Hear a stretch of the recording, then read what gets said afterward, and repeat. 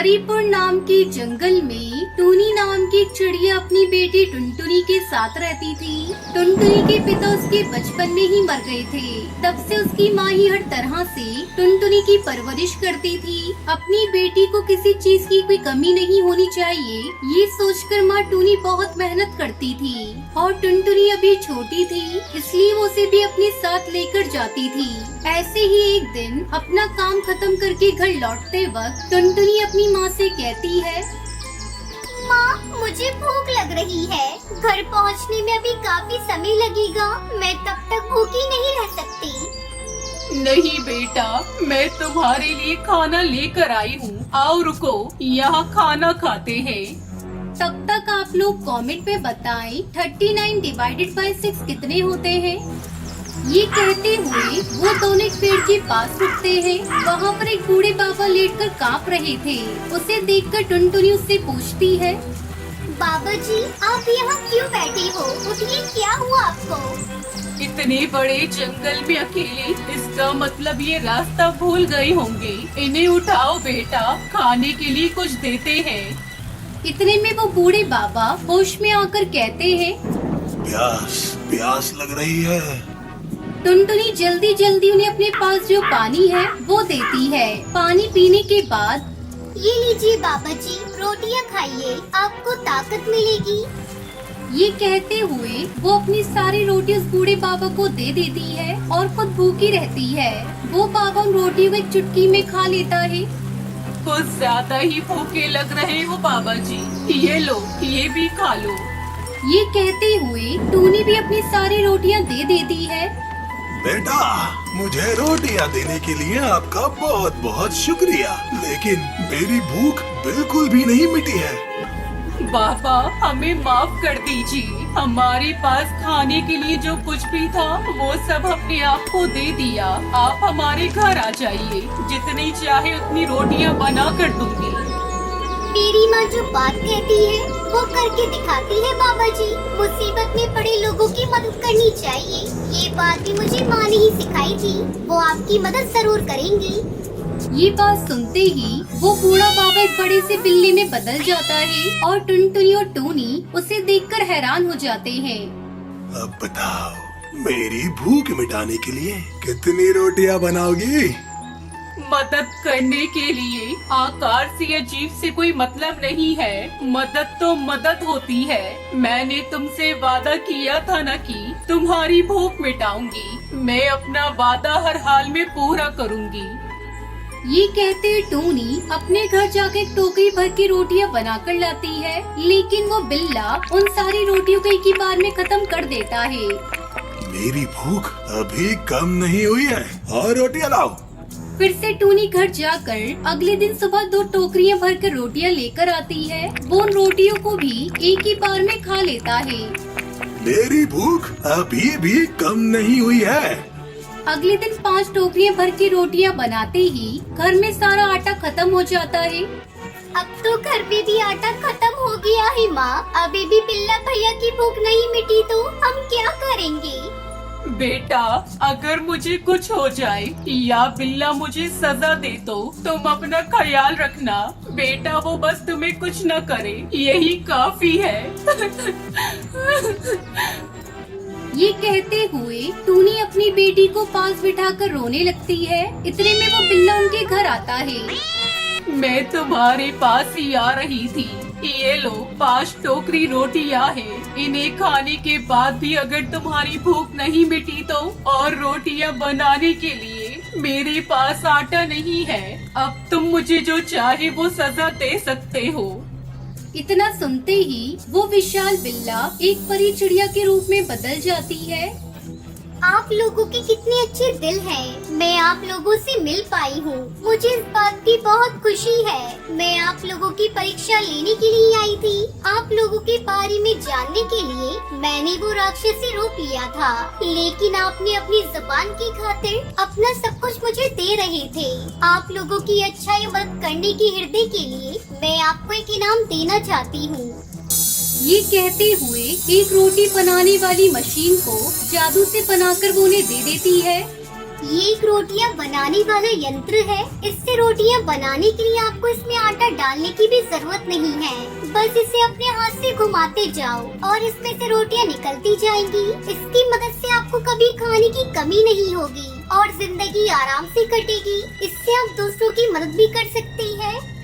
ये कहते हुए वो देव परी चिड़िया वहाँ से चली जाती है। उसके बाद टोनी उस यंत्र को इस्तेमाल करके अपने व्यापार को शुरू करती है। उसने जैसा सोचा था कि वैसे ही टुनटुनी को एक अच्छे स्कूल में पढ़ाती है। ऐसे ही बहुत सारे गरीब पक्षियों की भूख भी मिटाती रहती है।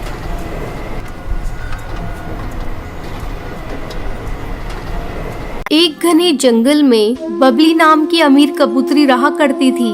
उसका एक बेटा था जिसका नाम बंटी था। बबली के घर एक काम वाली बाई थी। उसकी एक बेटी थी जिसका नाम टुनटुनी था। एक दिन टूनी अपनी बेटी टुनटुनी से कहती है, बेटी तुम यहीं घर पर खेलना, मैं बबली मैम साहब के घर काम करके आती हूँ। ठीक है माँ, तुम जाओ। जब टूनी बबली के घर पहुँचती है, टोनी ये लो पैसे और बाजार जाकर कुछ फ्रूट लेकर आओ। ठीक है मालकिन, मैं अभी लेकर आती हूँ। टूनी बाजार से फ्रूट खरीद कर लाती है। तब बबली कहती है, अरे टोनी तुमने फ्रूट यहाँ क्यों रख दिए? जाओ जाकर इन्हें टोकरी में रख दो। ठीक है मालकिन, अभी रख देती हूँ। थोड़ी देर बाद, मालकिन मैंने घर का सारा काम कर दिया है, क्या मैं अब घर जा सकती हूँ? मेरी बेटी घर पर भूखी है, मेरा इंतजार कर रही होगी। नहीं टोनी, तुझे अभी नहीं जाना। तू देख नहीं रही है, मेरे बेटे को भी भूख लग रही है। चल पहले टोकरी से फल निकाल कर काट दे। ठीक है मालकिन, मैं अभी काट कर देती हूँ। टूनी फल काट कर बबली को देती है। टोनी अब तो घर जा सकती है। टूनी के घर पहुँचने पर, माँ मुझे जोरों की भूख लगी है, मुझे जल्दी से कुछ खाने को दो। बस बस बेटा, मैं अभी तुझे कुछ खाने को देती हूँ। टूनी खाना बनाने लगती है। बेटा तू बैठ, बस 2 मिनट लगेंगे। देख मैं तेरे लिए रोटी दाल बना रही हूँ। हाँ माँ, जल्दी से बनाओ, मुझसे भूख बर्दाश्त नहीं हो रही है। टूनी टुनटुनी को खाना लाकर देती है। अगले दिन जब टूनी अपनी मालकिन के घर जाती है, टोनी कल जो तू सेब लाई थी वो सारे सड़े हुए थे। मैं सेब के पैसे तेरी पगार से काट लूंगी। लेकिन मालकिन मैं तो सब अच्छे लाई थी। तो ये क्या है? तू इसे अपने घर ले जा और अपनी बेटी को खिला देना। मालकिन एक तो मेरी पगार कम है और ऊपर से आप काट रही हैं। मुझ गरीब के साथ ऐसी नाइंसाफी मत कीजिए। एक तो इतनी कम पगार में हम लोगों को बड़ी मुश्किल से 2 वक्त की रोटी मिलती है और ऊपर से आप पैसे काट लेंगी तो हम पूरे महीने कैसे खाएंगे? टोनी पैसे कमाने पड़ते हैं, पेड़ पर नहीं लगते हैं। इन्हें कमाने के लिए दिन भर मेहनत करनी पड़ती है। तभी बबली का बेटा बंटी वहाँ आता है। माँ आज मैं पिज्जा खाऊंगा, मेरे लिए पिज्जा ऑर्डर कर दो। ठीक है बेटा, मैं अभी ऑर्डर कर देती हूँ। मालकिन बच्चों को घर का बना खाना खिलाया करें, भारी खाना बच्चों की सेहत के लिए अच्छा नहीं होता है।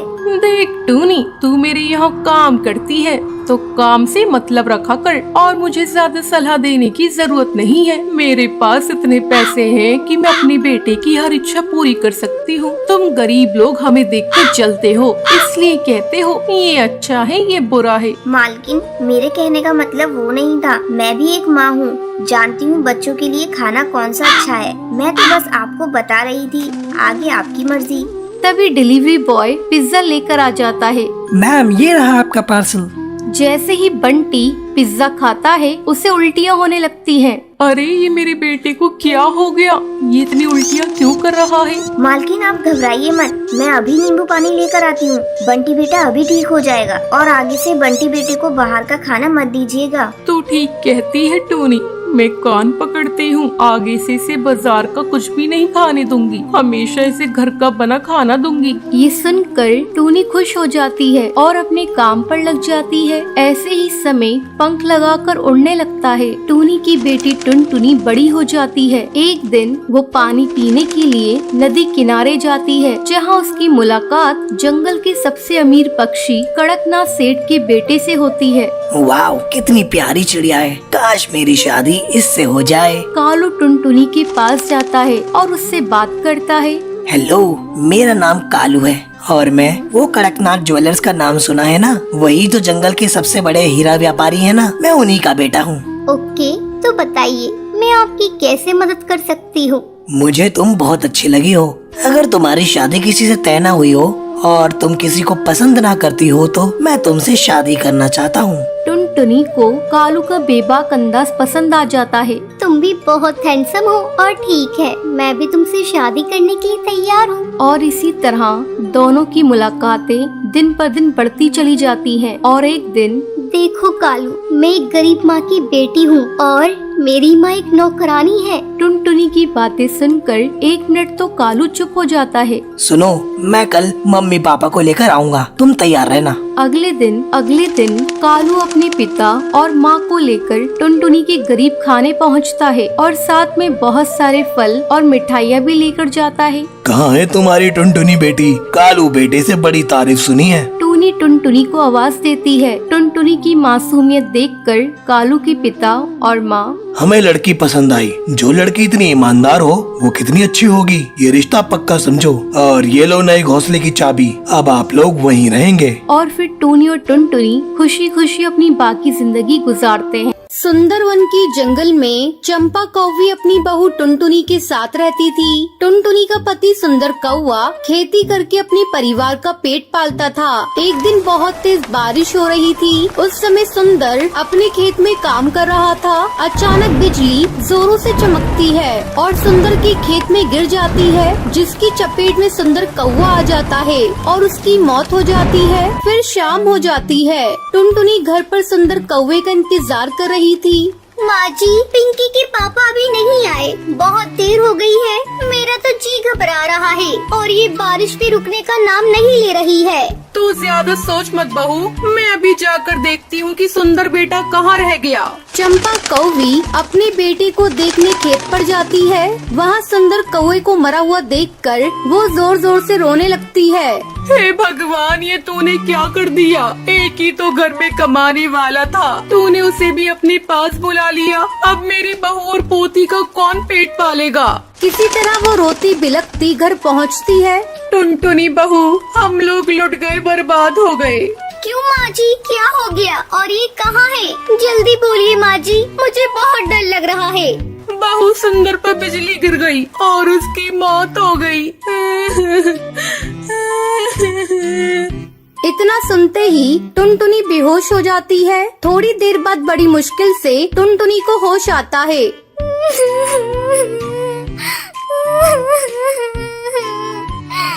माँ जी, ये सब क्या हो गया? अब हमारा क्या होगा? एक वही तो थे हमारे घर में कमाने वाले, अब नन्ही सी बेटी का कौन ध्यान रखेगा?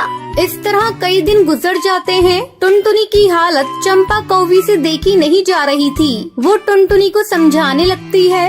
बेटा टुनटुनी, कितने दिनों तक सुंदर बेटा की याद में इस तरह रोती रहेगी? तूने कई दिनों से कुछ खाया भी नहीं है। जरा अपनी बेटिया को तो देख, तुझे दुखी देखकर ये भी दुखी है। ये तो खेलना कूदना भी भूल गई है और मैं भी बूढ़ी हो चुकी हूँ। अब तुम्हें ही अपनी बेटी के बारे में सोचना होगा। हाँ माँ जी, आप सही कह रही है। मैं कल ही जाकर कोई न कोई काम ढूंढने की कोशिश करूँगी। अगले दिन टुनटुनी काम की तलाश में दूसरे जंगल जाती है। वो देखती है कि खेत में कुछ पक्षी काम कर रहे हैं और पास में उस खेत का मालिक बाज एक कुर्सी पर बैठा हुआ है। टुनटुनी चिड़िया उसके पास जाती है। मालिक, क्या मुझे भी आपके खेत में काम मिलेगा? मैं एक दुखियारी चिड़िया हूँ, मेरे घर कोई और कमाने वाला नहीं है। ठीक है, तू भी लग जा काम पर। टुनटुनी चिड़िया खेत में काम करने लगती है, लेकिन उसका मन काम करने में नहीं लगता। ये देखकर खेत का मालिक उसके पास आता है। तुझे तो ढंग से काम करना नहीं आता, चली जा, यहाँ तेरे लिए कोई काम नहीं। दुखी मन से टुनटुनी घर लौट आती है। माँ जी, मेरी तो किस्मत ही फूटी है। मुझे एक जगह काम मिला था, लेकिन उस काम को ठीक से नहीं कर पाई, जिसके कारण मालिक ने मुझे निकाल दिया। अब तो मुझे अपने परिवार को चलाने के लिए एक ही उपाय सोच रहा है। क्यों न हम लोग अपने ही खेत में आलू उगाएं? आलू की खेती करने में मेहनत भी कम लगेगी और मुनाफा भी ज्यादा मिलेगा। आलू को बेचने की भी कोई समस्या नहीं है, हम उसे शहर में ले जाकर अच्छी कीमत पर बेच दिया करेंगे। ये बात तो तूने बहुत अच्छी कही बहू। कल ही हम दोनों चलकर आलू की फसल लगाएंगे।